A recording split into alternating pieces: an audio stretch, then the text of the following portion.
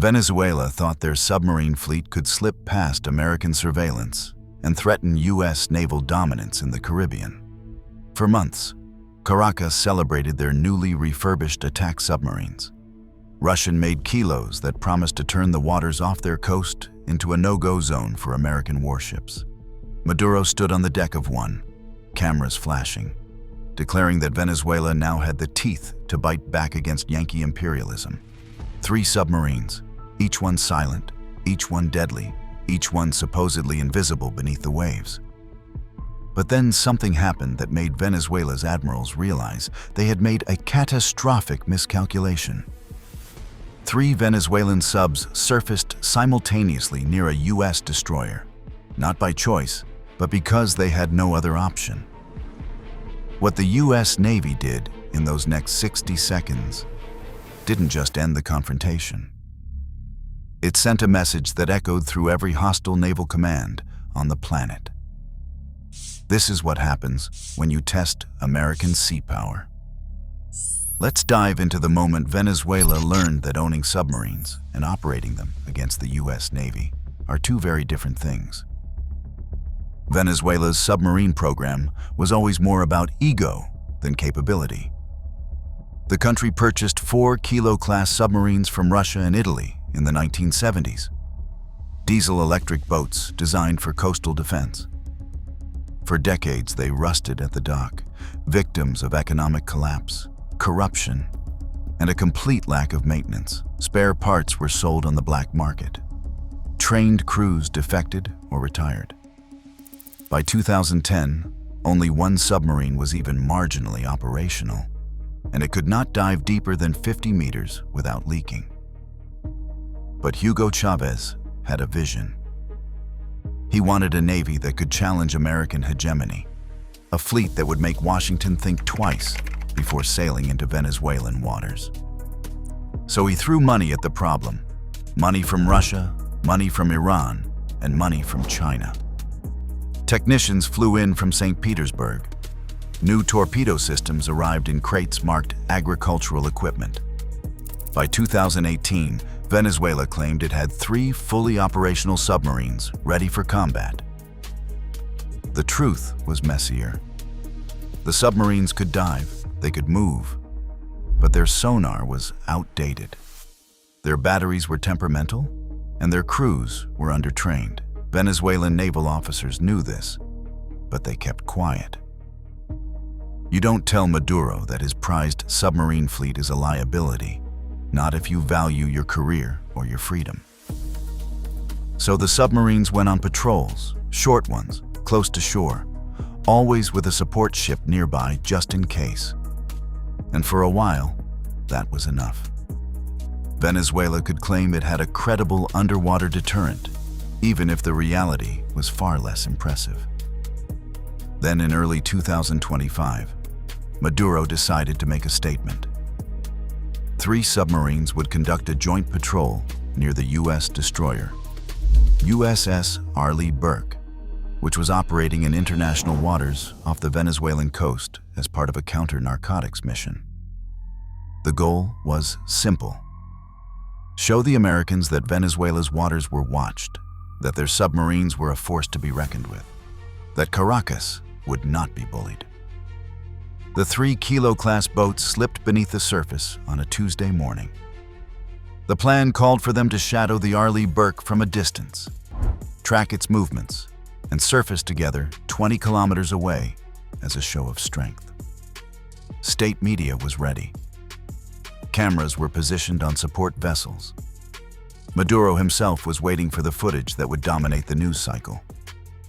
Venezuela's submarines would rise from the deep as a silent threat to American arrogance. But the Venezuelan submariners did not know something critical. They had been tracked from the moment they left port. The USS Arleigh Burke is not just a destroyer.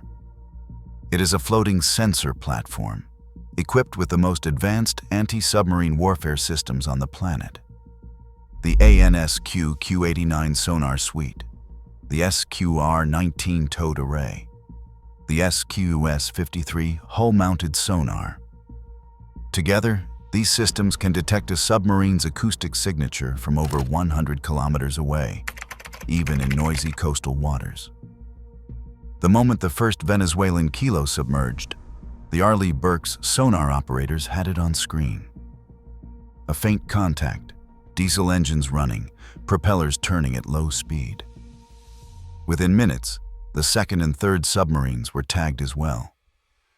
The tactical action officer did not even need to wake the captain. This was not a threat.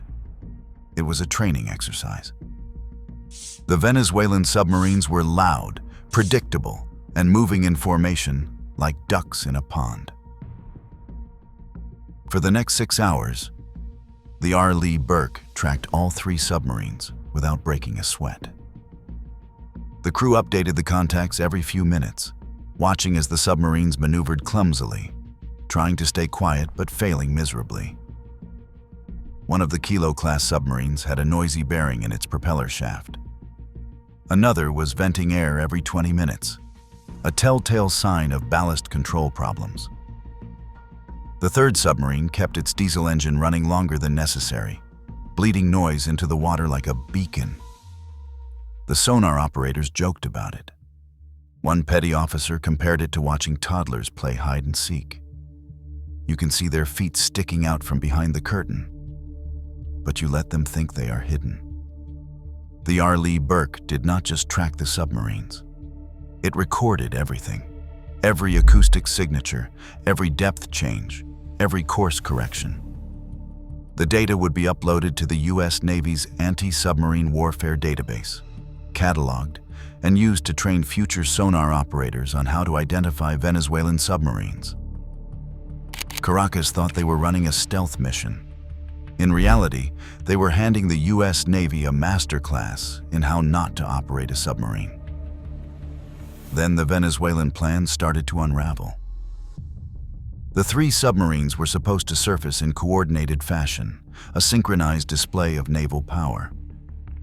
But coordination requires communication, and communication underwater is nearly impossible without giving away your position. The lead submarine tried to signal the others using active sonar, a decision so amateurish that the Arleigh Burke's sonar team actually paused to make sure they heard it correctly. Active sonar is the underwater equivalent of turning on a flashlight in a dark room and screaming, "Here I am." The moment that ping echoed through the water, every sensor within 50 kilometers locked onto its source.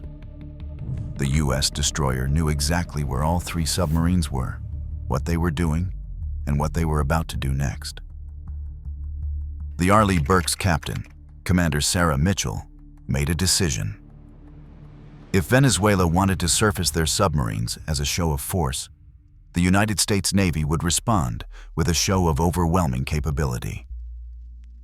She ordered the ship into active anti-submarine mode. Within seconds, the destroyer's helicopter, an MH-60R Seahawk, lifted off the deck with sonobuoys already loaded. The helicopter flew directly over the 3 Venezuelan submarine contacts and dropped a pattern of sonobuoys into the water. These are not passive listening devices.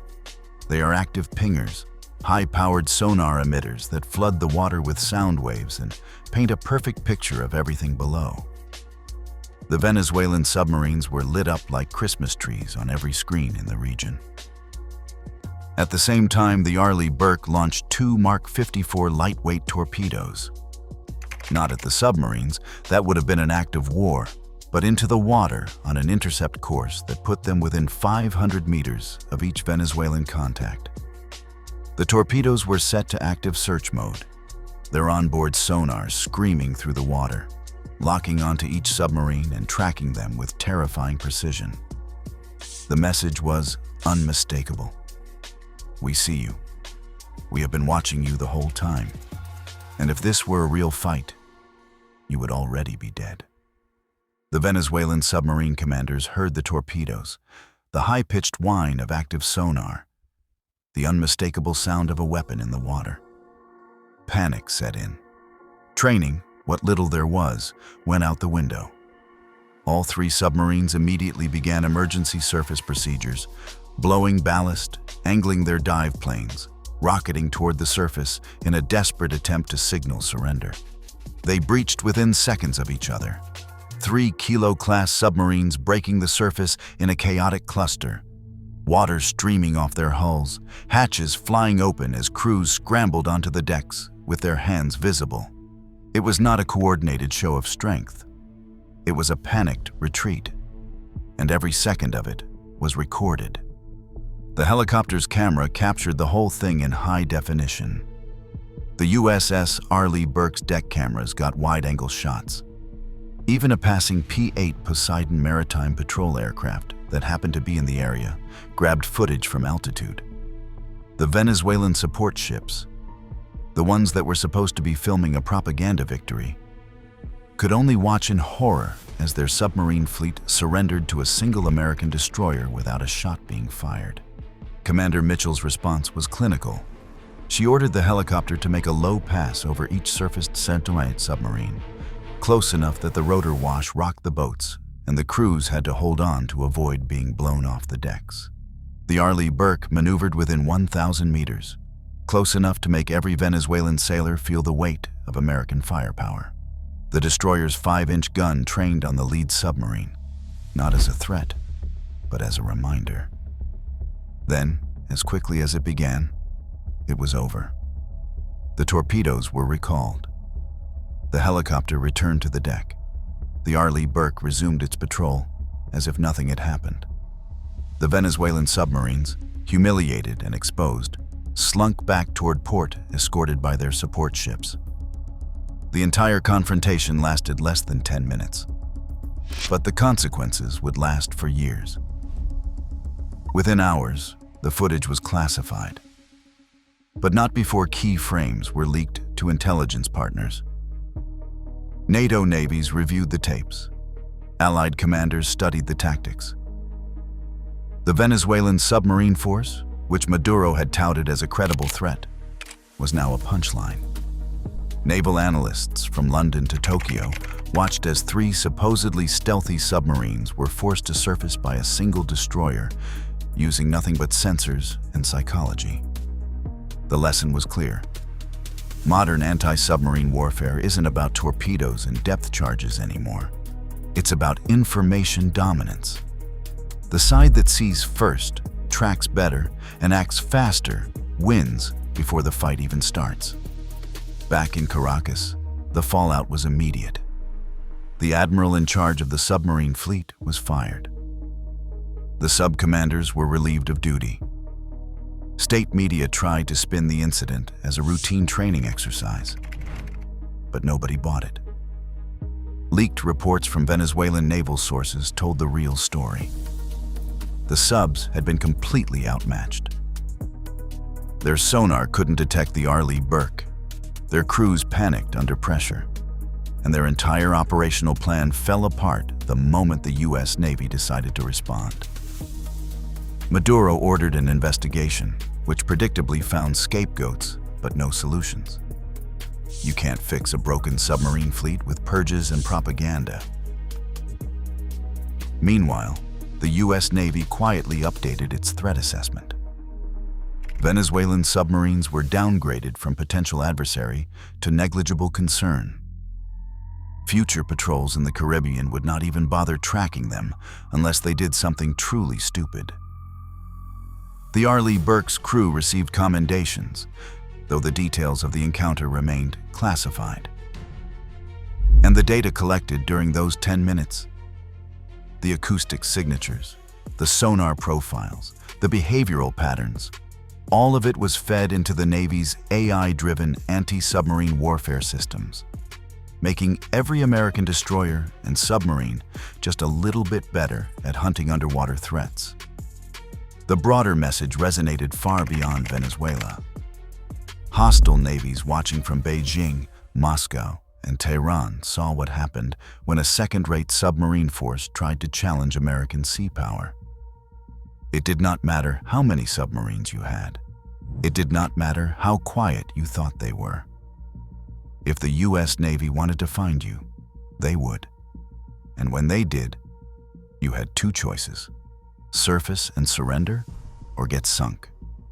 There was no third option.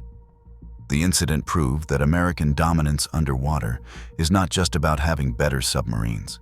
It is about having better sensors, better training, better tactics, and the confidence to use them without hesitation. Right now, as you are watching this, U.S. destroyers are patrolling every contested waterway on the planet. They are tracking submarines that do not even know they have been detected. They are updating databases with fresh intelligence. They are reminding every potential adversary that the ocean is not a place to hide. It is a place where the U.S. Navy sees everything. Venezuela thought 3 surfacing submarines would be a show of strength. Instead, it became a masterclass in American naval superiority. 1 destroyer, 10 minutes, total dominance. That is not luck. That is decades of investment in technology, training, and the kind of quiet professionalism that does not need parades or propaganda to prove its worth. If this showed you what real sea power looks like, drop a comment below.